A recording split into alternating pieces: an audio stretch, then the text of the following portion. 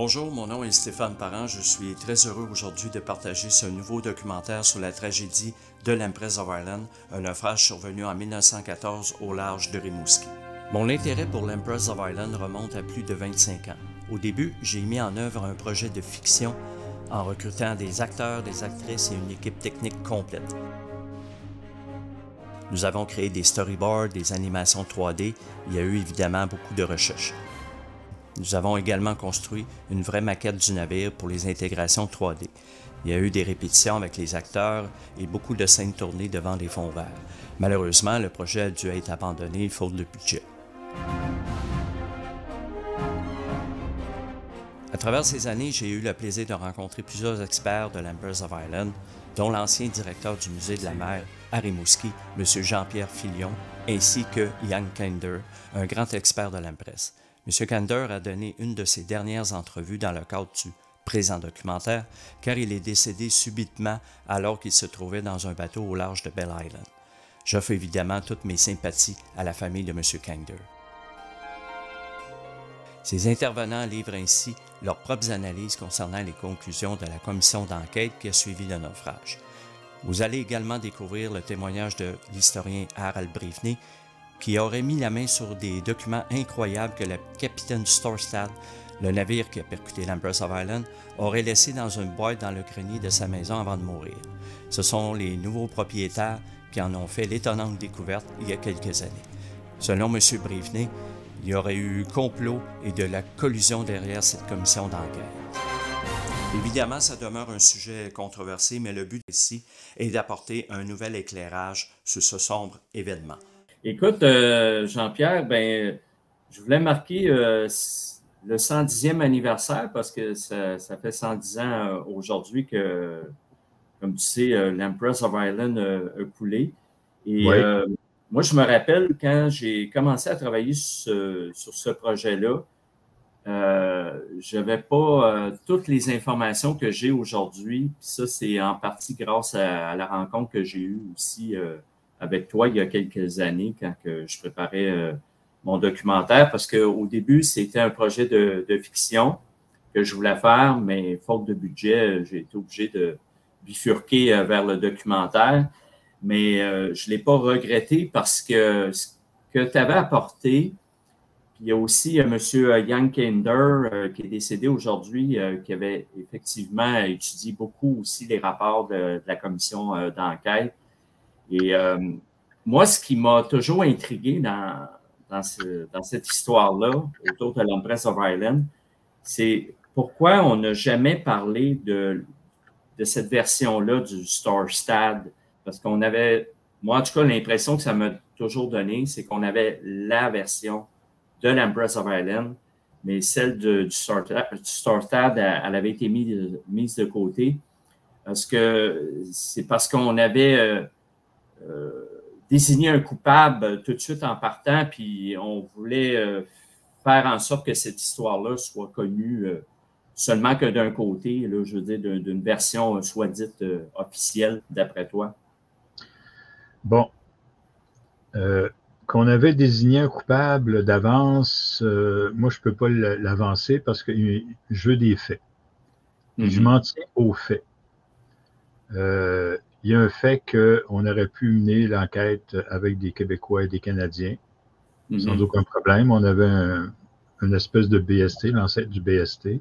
Ouais. Puis il y avait déjà eu d'autres enquêtes, ça aurait pu être. Mais on est allé chercher Mersey, en anglais, qui avait lui-même jugé l'affaire du Titanic. Exactement. Qui n'avait pas jugé le capitaine Smith responsable, même s'il est rentré à pleine vitesse d'un champ d'iceberg. Qui n'a pas jugé la compagnie responsable parce qu'elle n'avait pas mis assez de chaloupes, mais on est allé chercher ce monsieur-là. On est dans une enquête, on n'est pas dans un procès, mais on parle de juge, de cour, de votre honneur, puis votre ci, puis de protocole. On regarde un certain président américain, qu'est-ce qu'il a fait quand il était au pouvoir? Il a placé des juges conservateurs. Il n'y a pas besoin de leur dire quoi faire. Il sait pas mal d'avance. En allant chercher Mersey avec tous ses antécédents, on on ne pouvait pas se douter qu'il allait avoir un penchant pour la marine britannique et donc l'Empress. Mhm. Mais ça, c'était avant que je lise l'enquête. OK, ouais. Mon livre, là, Le vrai coupable, je l'ai lu, c'était un peu avant l'enquête. Je regarde la date, 2000. En tout cas. Le vrai coupable. Ouais. En lisant l'enquête, tu t'aperçois déjà qu'il y a une certaine forme de partialité dans le comportement de la Cour. Mhm. Même Mercer, à un moment donné, lorsque, je pense que c'est l'avocat du Storsad, oui, c'est l'avocat du Storsad qui dit, à un moment donné, il dit, l'Empress s'est placée devant le Storsad et ce qui a provoqué la collision. Et là, Mercer intervient, dit, non, non, non, non, non, l'Empress n'a pas fait ça. Mhm. Tu es en pleine enquête. Ton rôle, là, c'est d'écouter, de poser des questions. Exact. Tu ne portes pas de jugement. Bon. L'impartialité est présente dans l'enquête. Je veux dire la partialité, excuse-moi. La partialité, oui. Ouais. De Mercer ou de la Cour en faveur des Britanniques est évidente, mais est également évidente dans la fameuse question 19. Le gouvernement du Canada avait demandé à la Cour, la Commission, de répondre à 20 questions.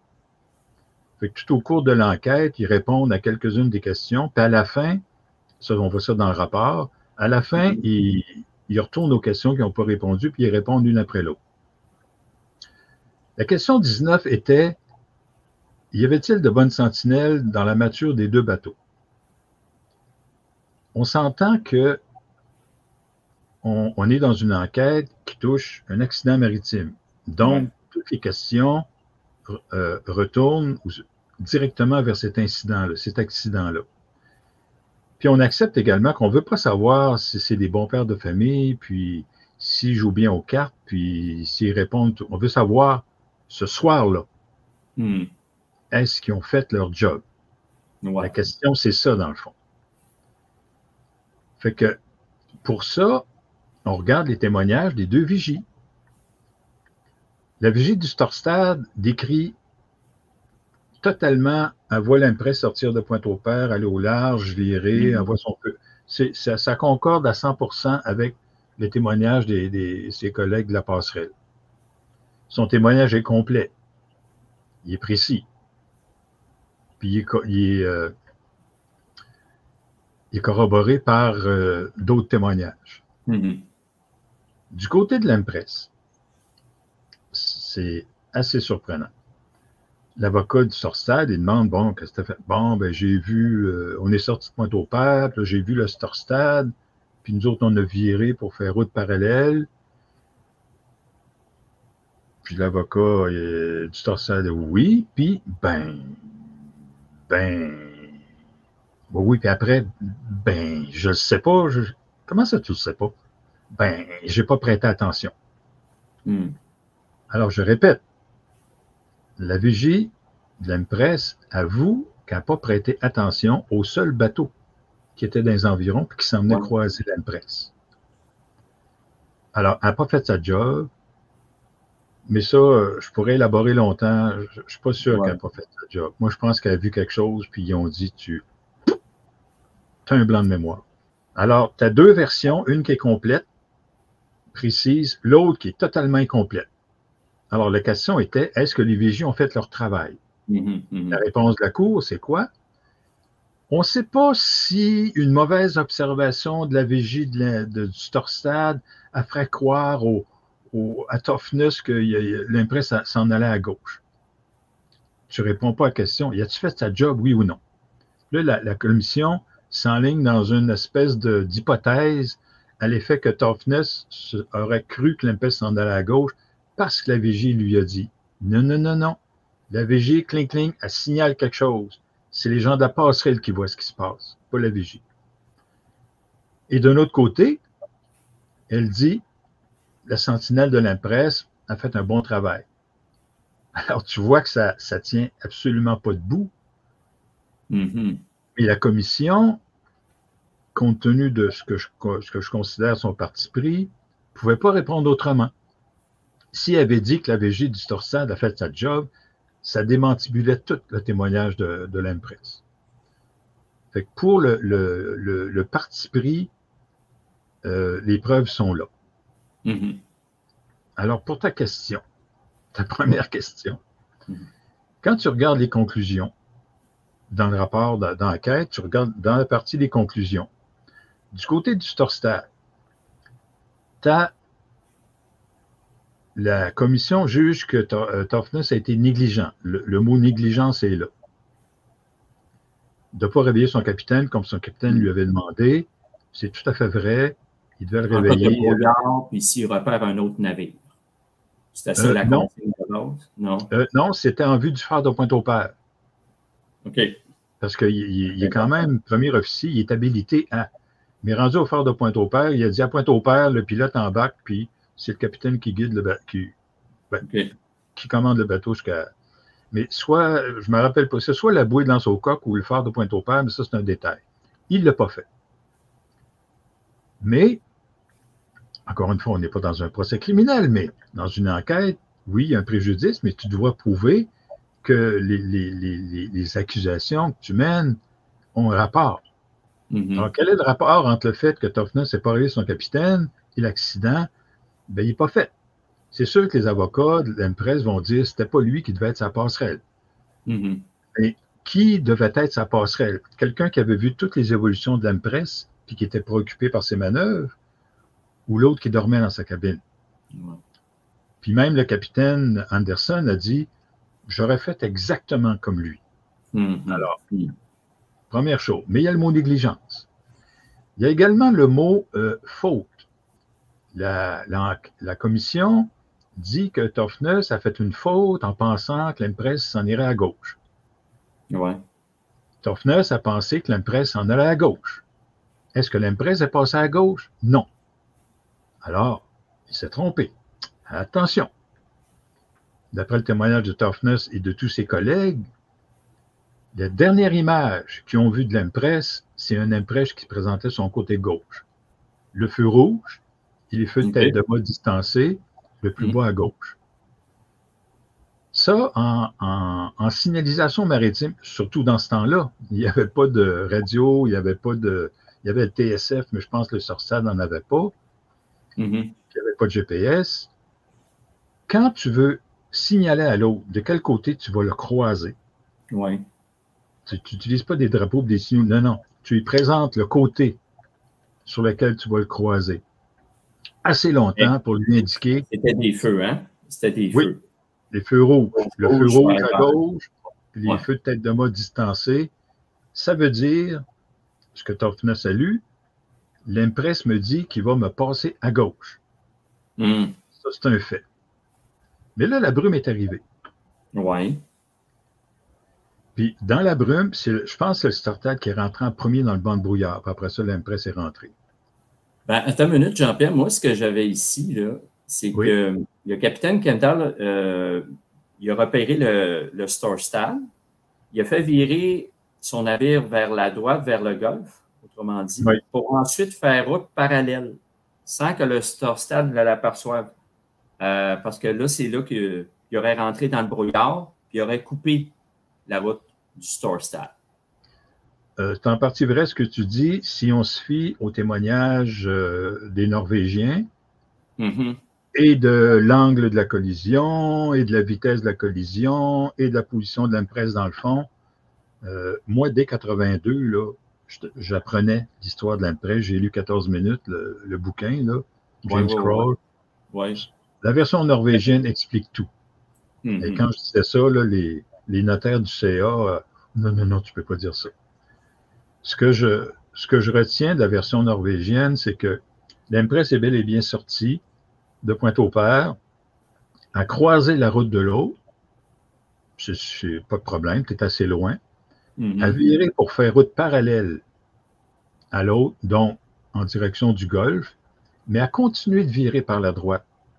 Ouais. Pourquoi? Il y a plusieurs hypothèses, c'est difficulté de manœuvre, et le trouble de gouvernail. Oui, c'est ce que j'allais dire aussi, hein, parce que ce gouverneur-là, il avait été changé aussi, qui était plus Ouais, petit, hein, je pense. il avait été changé, il n'était pas assez gros, puis à Mais l'enquête, le capitaine s'était plaint, justement, Ken Dodge, oui, je pense que par rapport à ses problèmes de gouvernail, là. le capitaine Murray auparavant, Murray, OK. avant Kendall. Alors, lors de l'enquête, il y a un témoignage, je pense que c'est le chef mécanicien, qui a affirmé qu'il n'y avait plus de trouble depuis ce temps-là. Or, justement, Kinder, il a mis la main sur le livre de bord de l'Impress. Mm-hmm. Puis, 3 mois auparavant, le gouverneur de l'Impress avait bloqué pendant 6 heures. Ça avait pris 6 heures à le réparer. C'est des tests en mer qu'il faisait en Angleterre. Alors, de dire qu'il n'y avait pas eu de problème, c'est faux. Mm-hmm. Puis, il y a eu d'autres témoignages qui ont vu l'Impress zigzaguer dans le coin de l'île aux Coudes. Mais bon, c'était des pilotes qui étaient sur des navires de la compagnie Klaveness. Alors, on ne leur a pas prêté une grande crédibilité. Mm-hmm. Mais toujours est-il que c'est une hypothèse qui était possible. Mm-hmm. Il reste que il y a eu un trouble, peut-être qu'il a été réglé, ou c'est une fausse manœuvre ou une difficulté. Fait que l'Impress a continué de virer sur sa droite, si bien qu'il a montré son feu rouge. Il a montré son côté gauche. Là, la brume est arrivée. Puis, pour corriger, l'Impress, il a dû se redresser pour retourner au large. Ouais. Et à un moment donné, il est rentré dans la brume. Puis là, Kendall a fait arrêter son navire, ce qui n'est pas requis dans la brume. Dans la brume, tu continues à vitesse lente en ligne droite. Ce que tu n'as pas le droit de faire dans la brume, c'est virer. Fait que pourquoi Kendall a fait arrêter son navire, puis il a arrêté son navire en plein dans la route de l'eau. C'est ça qui est arrivé. Mais la manœuvre de l'Impress, Toughness ne l'a pas vu, ça. Mm-hmm. Le Code maritime dit bien, le Code maritime dit bien que toute manœuvre pour éviter un abordage en mer doit être prise à temps, ce n'est pas le cas, doit être efficace, ce n'est pas le cas, et doit être vue par l'autre bateau. Il faut que l'autre bateau te le voie. Mm-hmm. Toughness n'a pas vu l'Impress virer, se redresser vers le large. Fait qu'on ne peut pas le blâmer de s'être trompé. Il a été trompé. Fait qu'il ne s'est pas trompé. Ça fait qu'une autre, la faute n'est pas valable, d'après moi. Mais c'est étonnant qu'un navire va virer en plein brouillard. Là. Je veux dire, c'est pas supposé. C'est pas supposé, mais OK. Tiens, on arrive à ça. La commission dit que Toughness a fait une erreur de faire virer son navire dans la brume. Primo, est-ce que le Storstad a viré dans la brume? Bonne question. Personne ne le sait. Tout ce qui permet de dire que le Storstad a viré dans la brume, c'est la version britannique. Ben moi, ce que j'ai, c'est que c'est l'Impress qui a viré dans la brume. Moi aussi, c'est ça que je crois, mais la seule version où on voit que le Storstad vire, c'est la version britannique, qui est pleine de contradictions, de faussetés, puis même d'erreurs, de mensonges. Puis, de toute façon, on va voir aux accusations, pas aux accusations, mais aux observations contre Tyndall. Il n'y a aucune preuve qu'il a viré. Ils ont viré le gouvernail à droite, et à droite tout, oui. Mais à ce moment-là, le Storstad avait une vitesse tellement faible que ça n'avait aucun effet. Ils ont avancé machine avant lentement pour donner prise au gouvernail. Il y a un marin du Storstad qui a dit qu'il commençait à virer quand la collision est arrivée. Pourquoi ils ont viré? Parce qu'ils pensaient que l'Impress était à gauche, puis qu'ils ont voulu virer à droite, parce que le marée montante a un courant rabattant vers le rivage. Ils ne voulaient pas être poignés dans ce courant-là. Puis le courant, j'ai même communiqué avec un spécialiste en océanographie à l'université, il me l'a confirmé. Okay. Même les marins pourraient le confirmer aussi. Alors, il y avait une bonne raison de vouloir compenser l'effet du courant vers la droite. La Cour a dit, s'il y a un navire dans le courant, l'autre est dans le même courant, puis ça s'annule. Oh boy! C'est pas vrai pantoute. Il y a des courants, là, c'est tranché net au couteau, là. C'est un courant qui monte, puis l'autre descend, ça ne se mélange pas, puis détail. Ça fait de dire qu'il a viré, il a manœuvré pour tourner ou pour contrebalancer. Mais est-ce qu'il a viré? On ne sait pas. Fait que là, tu as 3 observations ou accusations contre le Storsad, avec les mots négligence, erreur, faute. Du côté de l'Empress, tu ne retrouveras pas ces mots-là. Là. Tu vas retrouver 2 commentaires. Le premier commentaire, la distance entre les 2 navires était probablement moindre que ce que le capitaine Kendall ne l'a estimé. Si on avait utilisé le même langage que contre le Storstad, on aurait dit, capitaine Kendall a fait une erreur d'estimation de distance. Ouais. Parce que Kendall, lui, affirmait que son navire était à 3000 en route parallèle de l'autre. À 3000, toute collision est totalement impossible. Même le Storsad n'aurait même pas eu le temps d'aller le rejoindre. Puis pourquoi il aurait viré? Pourquoi le Storsad aurait viré si l'Empress? Fait que ça ne tient pas.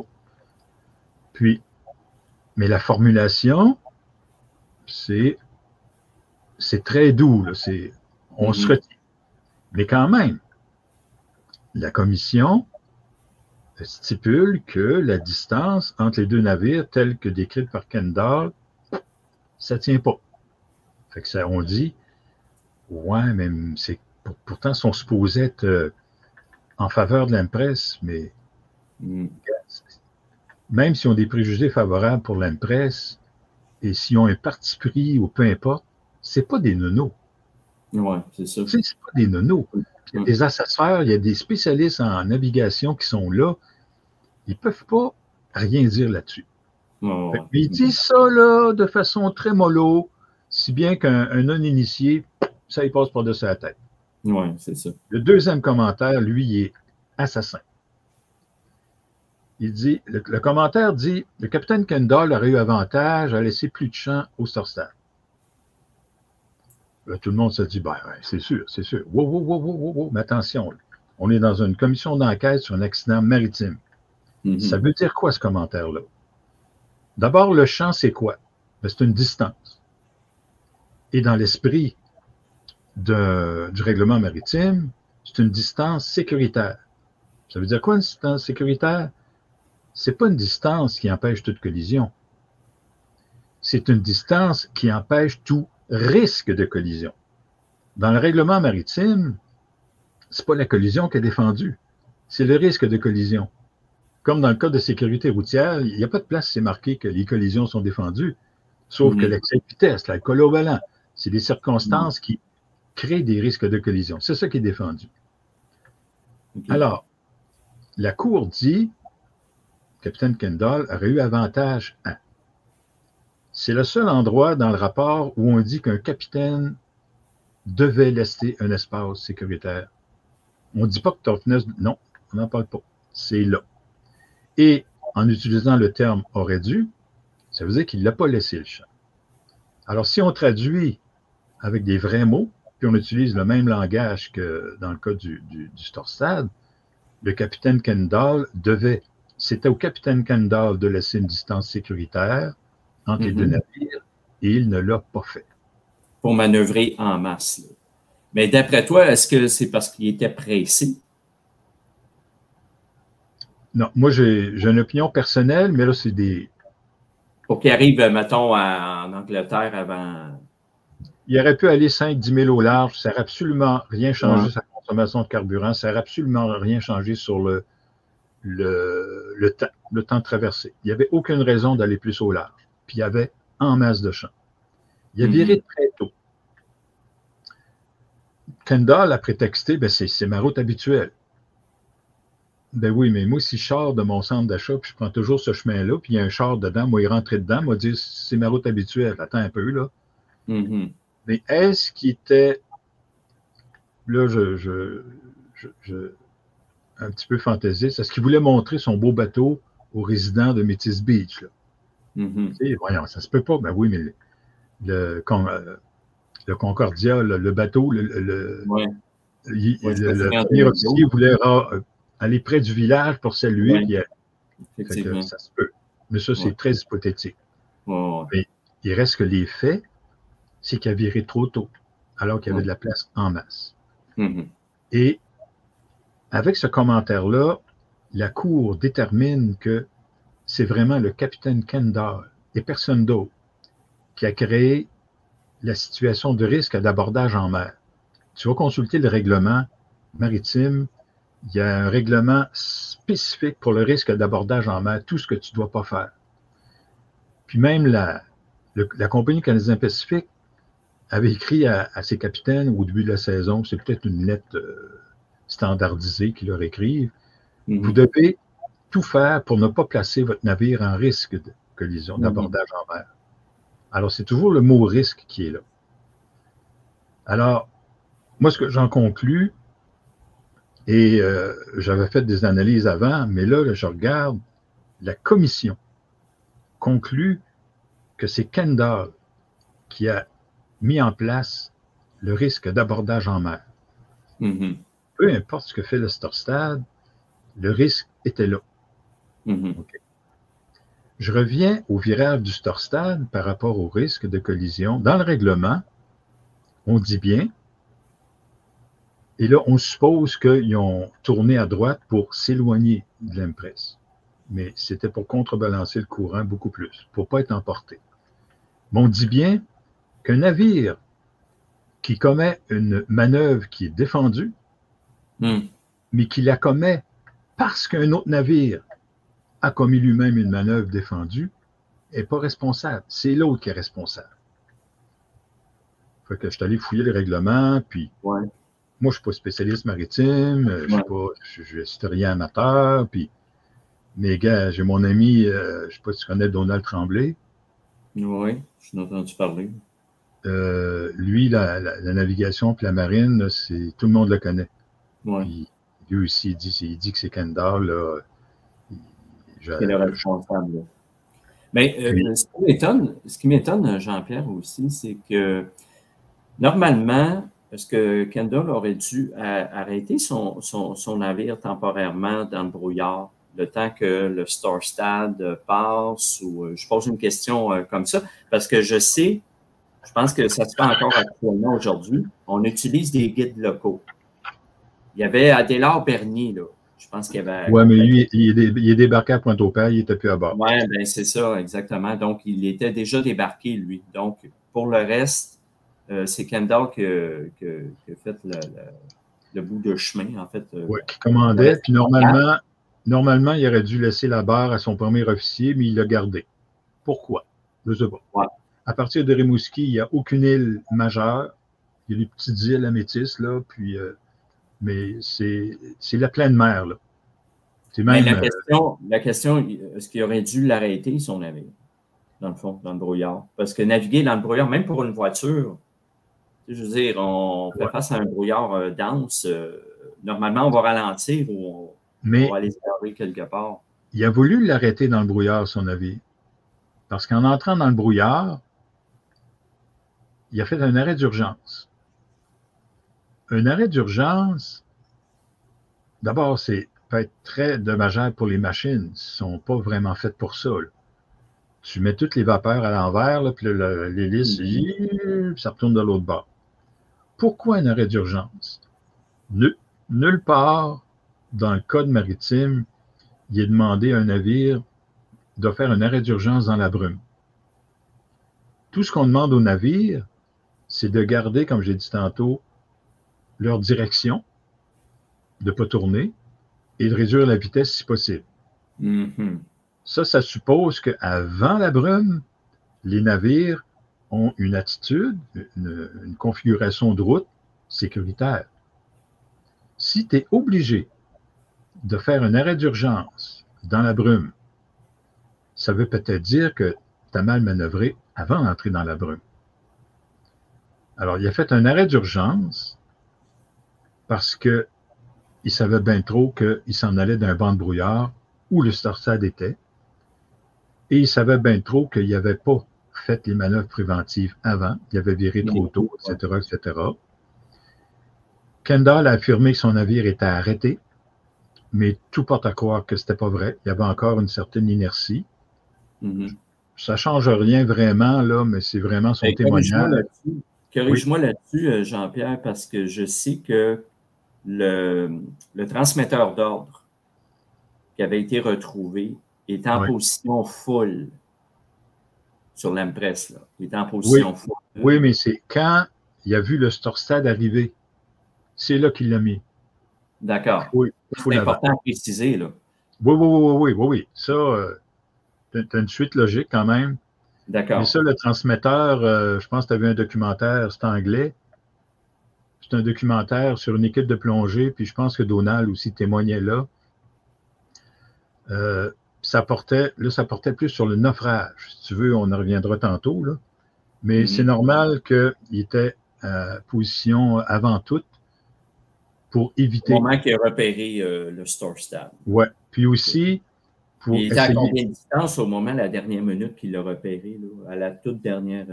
moi, je dirais une centaine de pieds, 100, 200 pieds. C'est pas beaucoup. Non, c'est difficile à évaluer. Puis je pense qu'il a également fait tourner son navire sur la droite de manière à ce que le Storstad, et non pas les prendre comme ça, mais cogne. Ah oui. Ça aurait pu marcher. Ça aurait pu marcher, mais ça aurait pu marcher. Parce avec les courants, comme tu disais tantôt, ça vient un petit peu changer la donne aussi, peut-être. Ben là, ils sont peut-être un peu trop proches l'un de l'autre pour avoir deux courants différents. Aussi facilement, là, c'est ça. Ils se déplacent ensemble. Je ne mets pas ça sur le dos de l'incompétence. Je mets ça sur le dos de la témérité. Il a viré trop tôt. Il se pensait maître, c'était sa première traversée vers l'Angleterre aux commandes de l'Empress. Fait que, tu te pètes les bretelles. Là, être capitaine d'un bateau de même, là, c'est pas rien. Est-ce qu'il avait reçu ça en guise de promotion? Hein? C'était une promotion qu'il avait reçue à ce moment-là pour l'Empress of Ireland. Corrige-moi là, par rapport à ça. Je peux pas te confirmer ça, mais de te faire nommer capitaine d'un fleuron de la flotte, c'est une promotion en soi. Là. Non, regarde, c'est un sommet dans la carrière. C'est un sommet.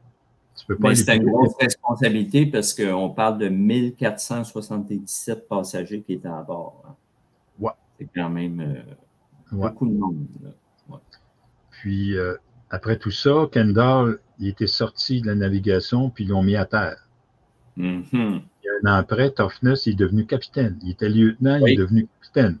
J'ai vu ça, oui. Mais je reviens à la raison pour laquelle on a une commission d'enquête et non pas une simple enquête maritime. Une enquête maritime. Commission d'enquête. Oui, grosse nuance. Une enquête maritime, par exemple, le BST, tu verras jamais une accusation. Puis il n'y a jamais un certificat de pilote d'avion, de bateau, capitaine qui va être aboli ou annulé dans une enquête de base. Ils se contentent de donner les faits, puis de dire bon, on pense que c'est ça. Quand tu fais une commission d'enquête, là, ça veut dire qu'il peut y avoir des certificats de révoquer, certificats de marin. Alors, on a fait une commission d'enquête, peut-être à cause de l'ampleur de la tragédie, oui, mais une commission d'enquête, puis les raisons qui sont données au début de l'enquête, c'est parce qu'on peut révoquer des certificats de marin. Mais si on regarde les conclusions, compte Toughness, négligence, erreur, faute. Il y a tout ce qu'il faut là-dedans pour révoquer son certificat, là. Ouais. Rien. Aucune révocation. On lui a pas dit, monsieur, allez suivre des cours, perfectionnez-vous. Non, rien. Il n'y a pas eu de recommandation. Ouais, c'est ça. Ben, gars, l'enquête est là pour ça. Ouais. Ben oui. Puis là, on donne toutes sortes d'accusations, mais ça aurait été, moi, je pense que ça aurait été, si la commission avait fait ça, il y aurait eu contestation judiciaire de l'enquête et peut-être qu'on aurait trouvé, on aurait trop fouillé. Là, on aurait trouvé que c'est Kendall le coupable. Puis, c'est peut-être pour ça que la commission n'est pas allée jusque-là. Mais elle avait le droit et c'est pour ça qu'on instaurait une commission d'enquête et non pas une simple enquête. Mais je vais répondre à ta question de départ. Mm-hmm. Pourquoi on pense que? Fait que regarde les deux dans les conclusions de la commission, ce que je t'ai dit pour le Storstad et ce que je t'ai dit pour l'Impress. Du côté du Storstad, on voit le mot négligence, erreur, faute. Du côté de l'Impress, rien. Donc, pour quelqu'un qui connaît pas ça, Storstad coupable, ah ouais, il faut que j'aille écrire mon article de journal, ça sort, coupable, coupable, coupable, le Storstad est saisi, nanana. Puis, mais là, la guerre arrive, puis oui, c'est vrai, c'est vrai, il y a eu le déclenchement de la Première Guerre mondiale. Ouais. C'est que tu n'en entends plus parler, puis même après la guerre, tu n'en entends plus parler, puis c'est resté de même. Moi, je t'ai dit tantôt, en 82, quand je disais, la version norvégienne est bien plus logique, puis tu me faisais regarder de travers, mais si tu vas voir sur le site historique, le site web du site historique de Pointe-au-Père, c'est bien marqué que les 2 capitaines ont été trouvés fautifs. Mm-hmm. Ça, c'est déjà une grosse avancée vers la justesse qu'un organisme, quand même, gars, il est quand même associé aux Canadiens. Il a été subventionné, puis ils disent que les 2 capitaines ont été trouvés fautifs. C'est pas faux, parce que la commission a trouvé, mais c'est pas très étoffé du côté de Toughness. Puis pour Kendall, il faut interpréter en tabarnouche. Ben, oui, mais il faut interpréter. Puis là, quand tu interprètes, tu ne peux pas faire autrement que dire le responsable, là, c'est vraiment lui par témérité, pas par incompétence. Parce que ce que tu soulèves, là, Jean-Pierre, tu sais, le journal La Patrie, le 1er juin 1914, qui a pour titre « Lequel des 2 capitaines a menti ?» Puis on parle aussi de stupéfiantes contradictions. Oui, parce que... Ça, c'est sorti le 1er juin 1914. Oui, parce que à l'époque, la population en général, en suivant les journaux, peut-être pas La Patrie, mais à cause du fait que le Storstad avait relevé des erreurs négligentes, tout ça, était persuadé que c'était le Storstad de coupable.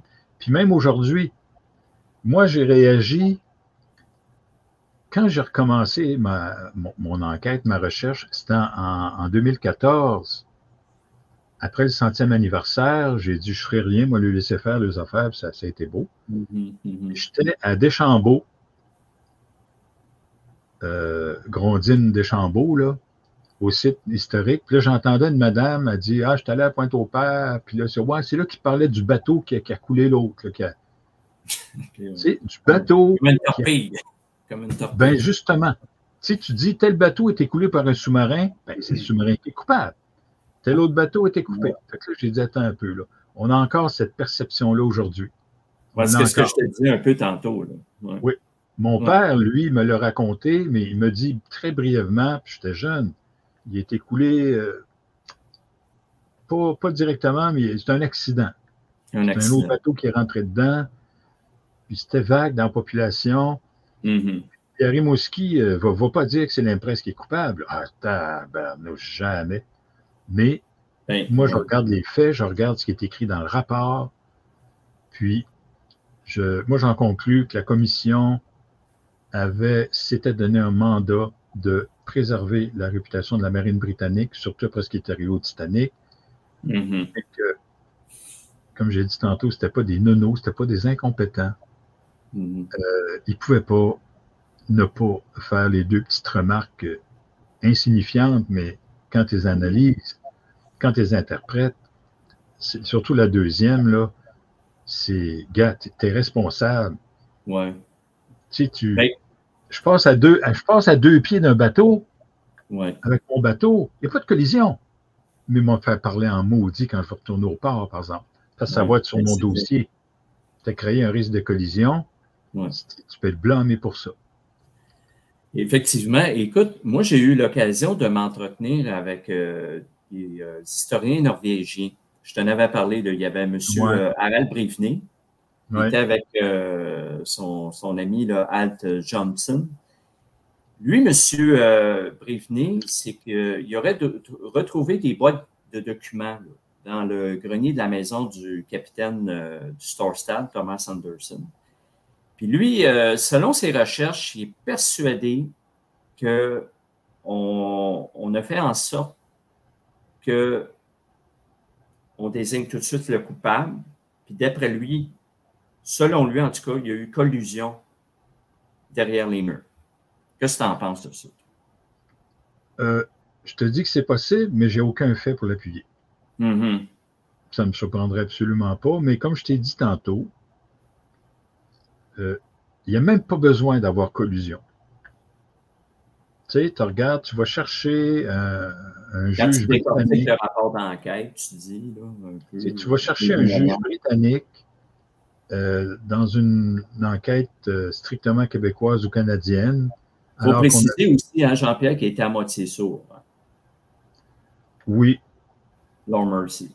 Oui, il y a quelques fois qu'il demande de répéter le même. Puis il y a même un endroit, je le retrouverai dans mes recherches, là, où il interprète tout à l'envers ce qui vient d'être dit. Mais même à ça, mettons que les autres ne sont pas sourds, ils entendent très bien ce qui se dit. Puis j'en profite pour dire qu'à l'époque, les spécialistes maritimes étaient tous persuadés que c'était l'Empress qui était coupable.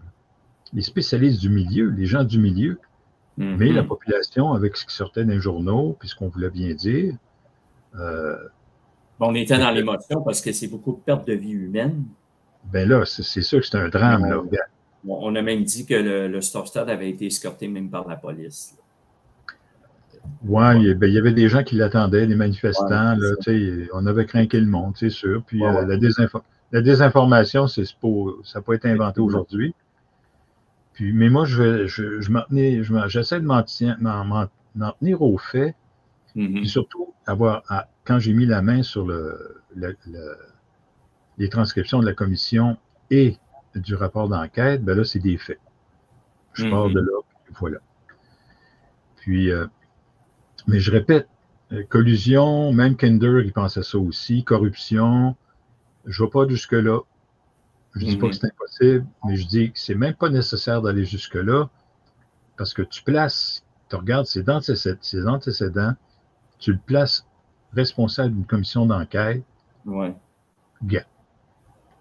Mais tu sais, tantôt, Jean-Pierre t'a parlé du Concordia. Je trouve ça intéressant. Parce que, justement, ce capitaine-là a été arrêté. Hein. Tu sais, il a fait de la prison et tout.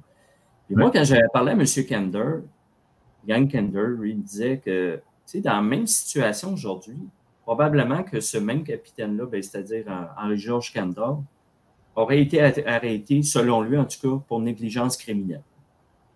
Je suis tout à fait d'accord avec ça. Je suis tout à fait d'accord avec ça, mais... Gros, hein? C'est gros, mais quand même... Mais est-ce que Kendall, c'est le premier capitaine qui croise un autre navire avec un risque d'abordage? Voilà. Tu sais, viens pas me dire que c'était la première qu'un navire croisait l'autre en situation de risque d'abordage. Il n'y avait jamais eu il y en a déjà eu d'autres accidents, l'Empress of Britain avec un autre charbonnier, mais c'était pas la première fois. Comme c'est pas la première fois que tu roules en haut de 100 km/h sur l'autoroute. Alors, peut-être que tout le monde le faisait.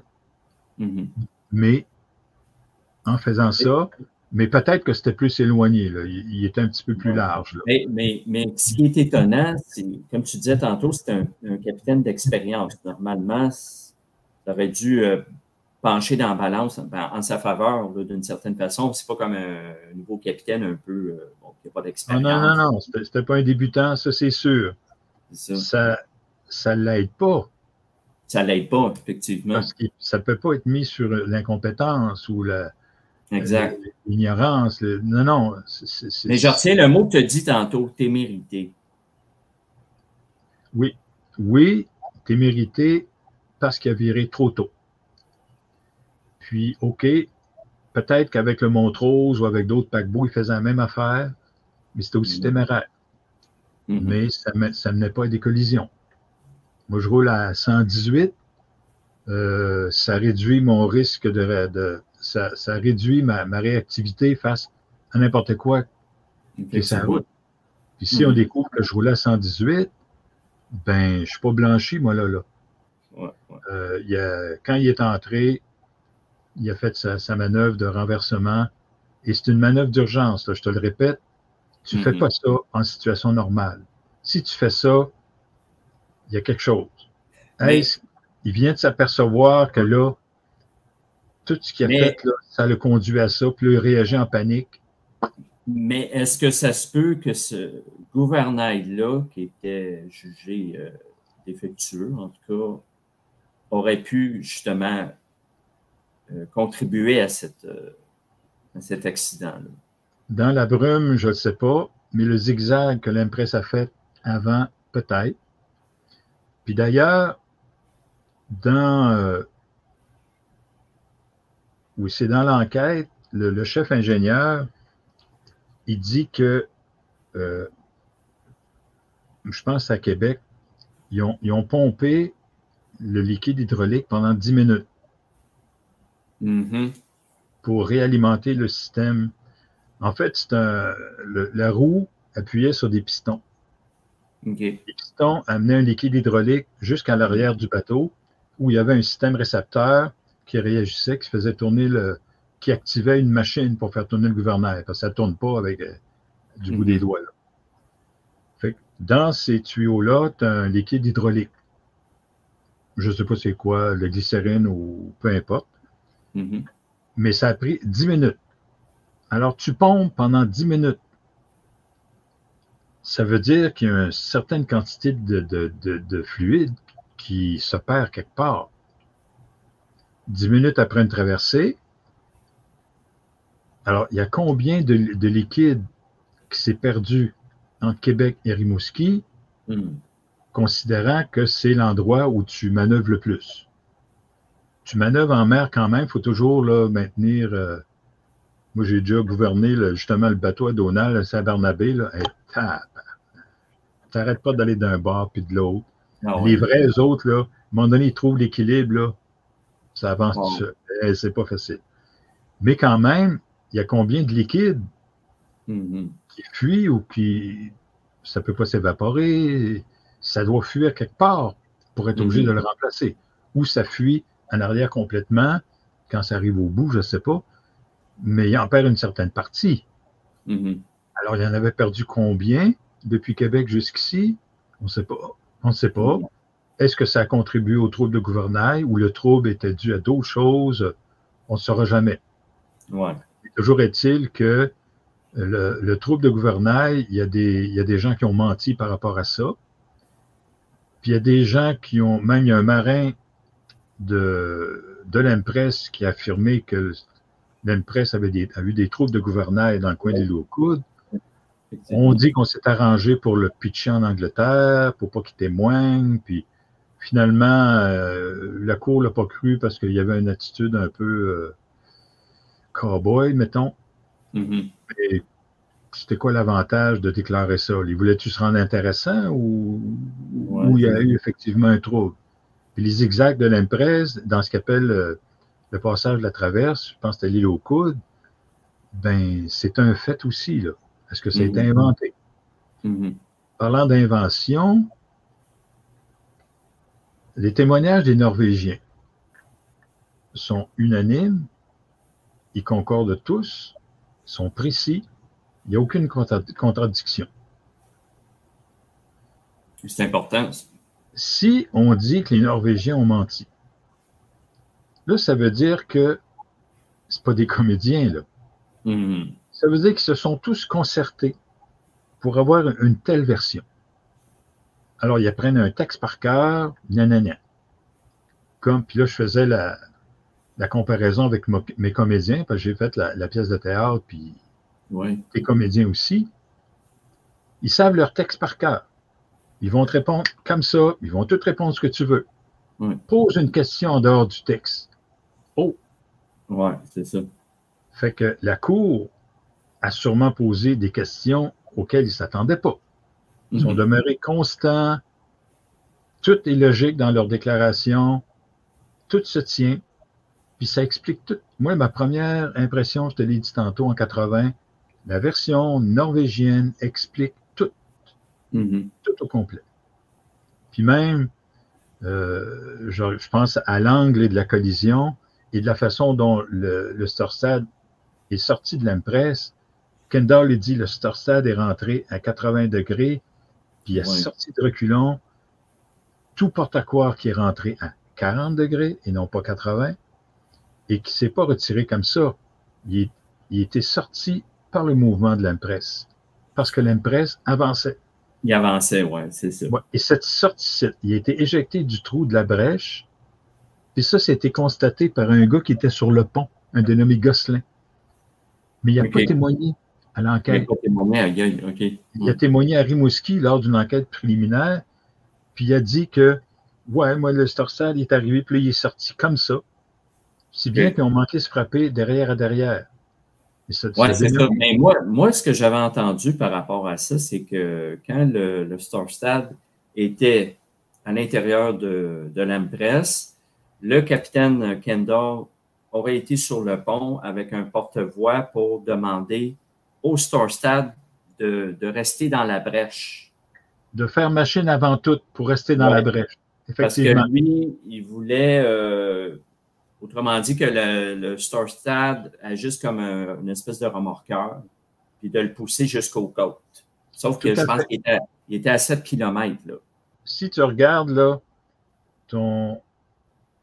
mettons, je mets ça de même, je me vois à l'envers dans la caméra. Ouais. L'Empress s'en vient, il fait machine arrière, mais il avance encore un peu. Le Storstad rentre dedans, il reste un petit bout de temps, il vire comme ça, sur lui-même. Oui. Puis là, ils sont côte à côte. Là.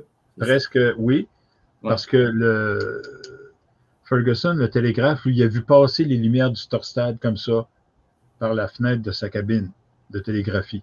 Le Storstad a bien tourné comme ça, puis même juste le devant du Storstad est tout tordu vers la gauche, vers la gauche. Alors, tout porte à croire qu'effectivement, le Storstad a été éjecté de la brèche. Puis Anderson, il avait compris la demande de Kendall. Il a voulu mettre machine avant, il n'a pas eu le temps. Ça n'a pas donné. Il faut rappeler qu'il a coulé en 14 minutes. L'Empress a coulé en 14 minutes. Mais d'après toi, là, il subit autant de dommages, là, c'est quoi, 5 mètres à l'intérieur à peu près? C'est parce que le Storstad était à pleine capacité de charbon. Hein. Je pense qu'il y avait quoi, 10 000 tonnes de charbon qu'elle a livré à Montréal. Je veux juste finir avec le Gosselin. Le dénommé Gosselin qui décrit la collision comme ça, exactement comme les Norvégiens l'ont dit, est totalement contraire à ce que Kendall affirme. Ce même bonhomme-là dit que le Storstad n'a pas porté secours à l'Empress, ce qui est complètement faux. Fait que le bonhomme, il y a un préjugé contre le Storstad pour l'Empress, mais il décrit quand même, sans le savoir, la même version que les Norvégiens. Pour ce qui est du naufrage, on ne sait pas exactement si le Storstad est rentré au niveau d'une cloison ou en plein milieu du compartiment. On ne sait pas. C'est pas précisé. Le Storstad, oui, il était chargé à bloc, puis il était renforcé pour la navigation sur la glace. C'est pas un brise-glace. Le devant n'est pas comme ça pour embarquer sa glace puis l'écraser comme un vrai brise-glace. C'est une proue bien droite comme dans le temps. Alors, ils l'ont renforcé. Et puis, il était construit non pas avec des cloisons longitudinales, mais transversales, mais longitudinales. Ça lui donnait une force, là. Il aurait pu passer à travers le... S'il avait navigué à 10 nœuds, Anderson, il dit on aurait passé à travers. Il l'aurait coupé en deux. Ça se peut.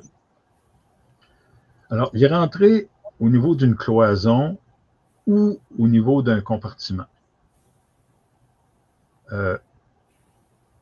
Et ça a causé une brèche, je ne sais pas combien de pieds en dehors de l'eau, mais dans l'eau, là, c'était gros.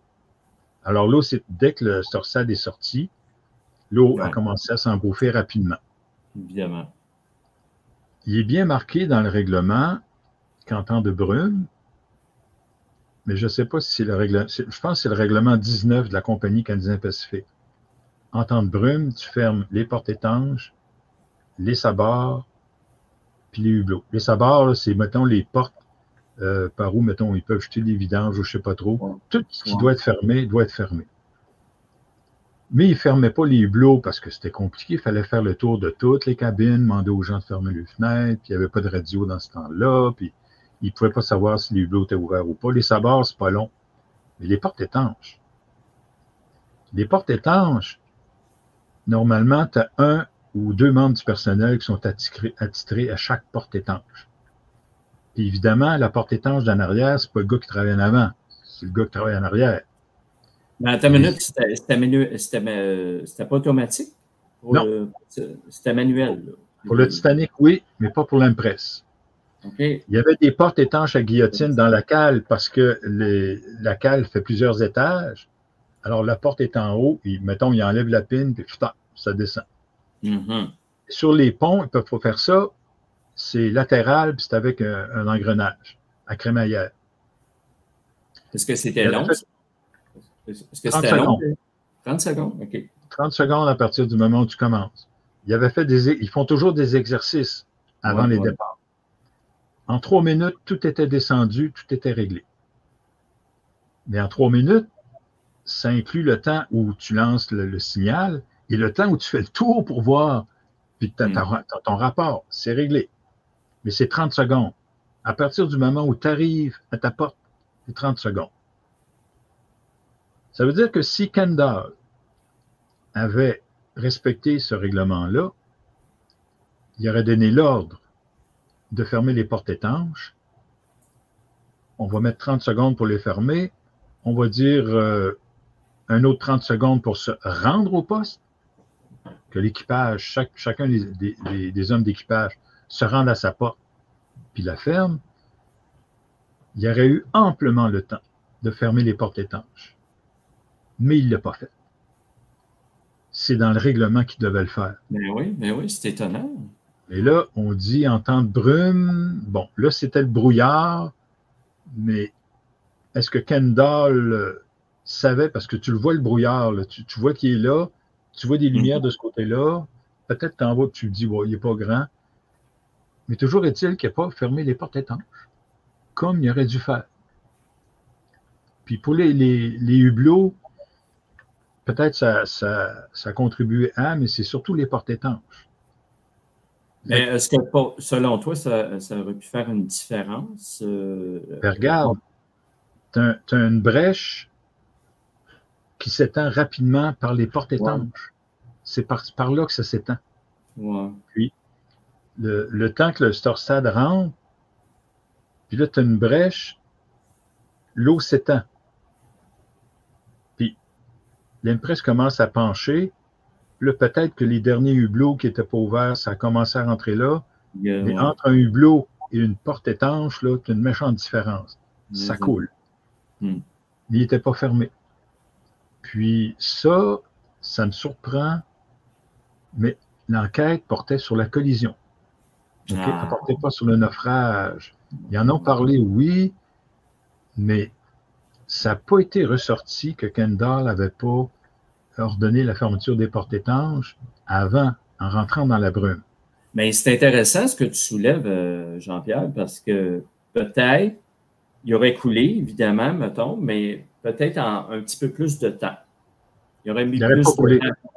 Il n'aurait pas coulé. Non.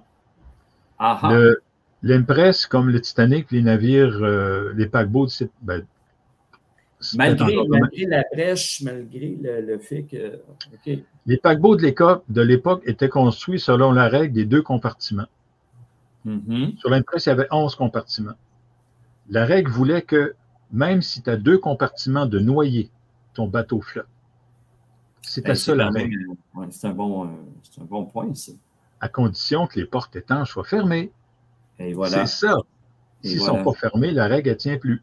Alors, il n'aurait pas coulé. Il n'aurait même pas coulé plus lentement. Il n'aurait pas coulé du tout. Il aurait eu le temps de descendre toutes les chaloupes. Le navire serait resté droit. Il aurait pu descendre les chaloupes tout bord, tout côté. Il aurait sauvé tout le monde. Donc, ça revient encore sur le côté de Kendall.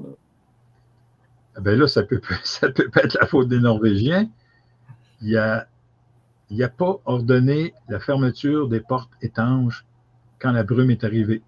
Donc, la question, c'est qu'on aurait pu sauver des vies. Ah, ben, mais-en. C'est quand même pas gros. juste responsable. D'après moi, il n'est pas juste responsable. Mais là, la question reste, est-ce qu'on était dans un banc de brouillard ou dans la brume?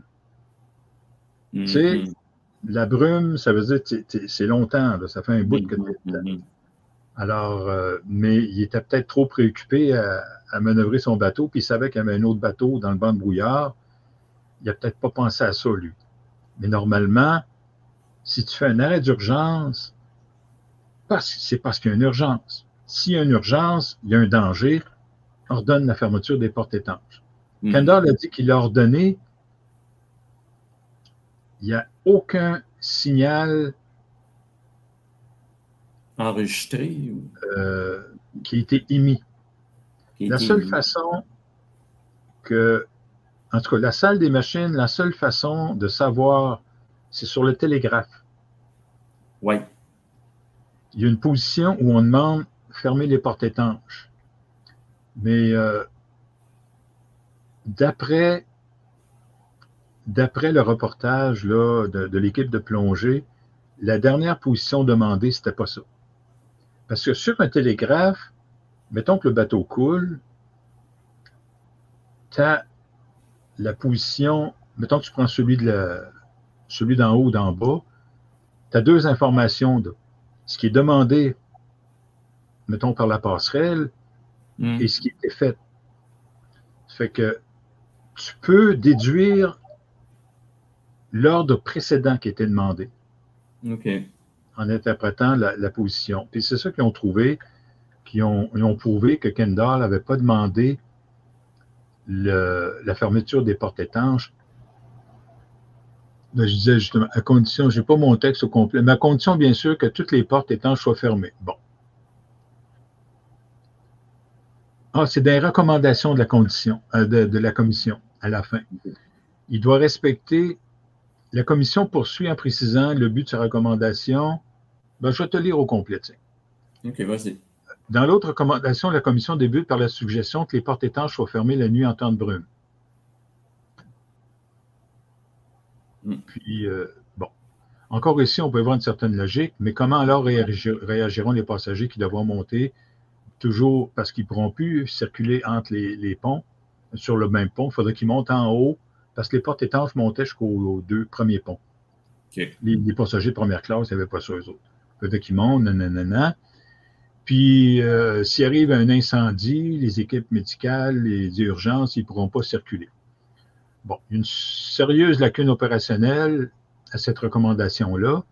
C'est pourquoi le Canadien Pacifique, qui connaît sûrement mieux la vie à bord d'un bateau que des vieux commissaires, recommandait que, dans sa règle 44, de ne fermer les portes étanches et de cales et de prendre des mesures pour la fermeture immédiate des autres. Mm-hmm. Ça veut dire que, à vos postes, attendez mon ordre. Le principe de la recommandation existait déjà dans la règle du CP. La seule différence était le 30 secondes requis pour la fermeture des portes étanches, à condition bien sûr que la règle soit respectée. L'a-t-elle été? Non. Cette recommandation peu productive en apparence semble donc bien plus braquer le projectile directement sur Kendall, car il est prouvé qu'il n'a pas pris les mesures pour une fermeture immédiate des portes étanches. Puis il y avait le temps de le faire. Hein? Puis il y avait le temps de le faire. En masse. Bien plus, la commission poursuit en précisant que le but de sa recommandation soit de respecter le principe du constructeur, qui veut que le navire puisse continuer de flotter, même si deux de ses compartiments soient complètement noyés, à condition, bien sûr, que toutes les portes étanches soient fermées. Alors, quiconque ne voit pas un blâme à peine caché envers Kendall sera définitivement convaincu s'il poursuit la lecture de sa recommandation, qui se termine ainsi. Alors que l'absence d'une telle mesure peut faire couler un navire qui ne le devrait pas. Le 29 mai 1914, au matin, un navire qui ne devait pas couler, a-t-il coulé? Oui. Pourquoi? Parce qu'on n'a pas respecté une mesure équivalente à la recommandation de la commission. Quiconque ne voit pas une charge subtile mais bien réelle, intentionnelle ou non, contre Kendall, peut sérieusement sérieusement se questionner sur sa propre objectivité face aux responsabilités dans cette tragédie. Ben, la commission, comme je t'ai dit tantôt, c'est des subtils. Hein? Les juristes là, sont assez subtils.